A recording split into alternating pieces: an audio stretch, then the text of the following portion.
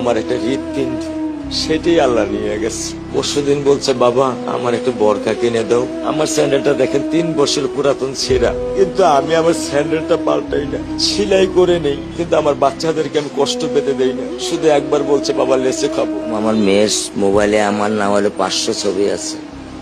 আমি এখনো সাহস পাইনি আমার মেয়ের একটা ছবি বের করে দেখতে।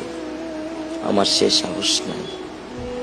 আমি সেই সাহস হারাই ফেলছি, কারণ ও আমার ছিল হৃৎপিণ্ড। ওর জীবনে এমন কোনো চাওয়া নাই যেটা আমি পূরণ করি নাই। পরশুদিন বলছে, বাবা আমার একটা বরকা কিনে দাও। আমার চাচতো ভাই বললো, ভাই ইসলামপুর থেকে 300-400 টাকা পাওয়া যায়। আমি সাথে সাথে নিউনি মার্কেট থেকে আমি 1000 টাকা দিয়ে আমার মেয়েকে বরকা এনে দিচ্ছি। আমি দরিদ্র, ভাঙা বাসায় থাকি, কিন্তু আমার সন্তানদেরকে আমি কখনোই দারিদ্রতার স্বাদ পেতে দেইনি, দারিদ্রতার স্বাদ পেতে দেইনি। আমার বড় মেয়েকে এখন আমি সেলোরার থেকে জামা কিনে দিই। আমার স্যান্ডেলটা দেখেন 3 বছর পুরাতন ছেঁড়া, কিন্তু আমি আমার স্যান্ডেলটা পাল্টাই না, সেলাই করে নেই, কিন্তু আমার বাচ্চাদেরকে আমি কষ্ট পেতে দেই না।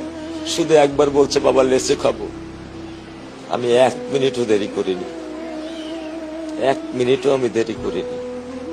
ও আমার একটা হৃৎপিণ্ড, সেটাই আল্লাহ নিয়ে গেছে। আলহামদুলিল্লাহ, শুকরিয়া, আল্লাহ দিছে, আল্লাহ নিয়ে গেছে। আমার কোনো কষ্ট নেই। আমি তো চাইলে পারতাম না। অনেক দম্পতি আছে যাদের সন্তান নেই, আল্লাহ দিছে, আল্লাহ নিয়ে গেছে। আমি আলহামদুলিল্লাহ করি আল্লাহ গেছে। আমার কোনো কষ্ট নেই, আমার কোনো কষ্ট নেই। ঠিক আছে,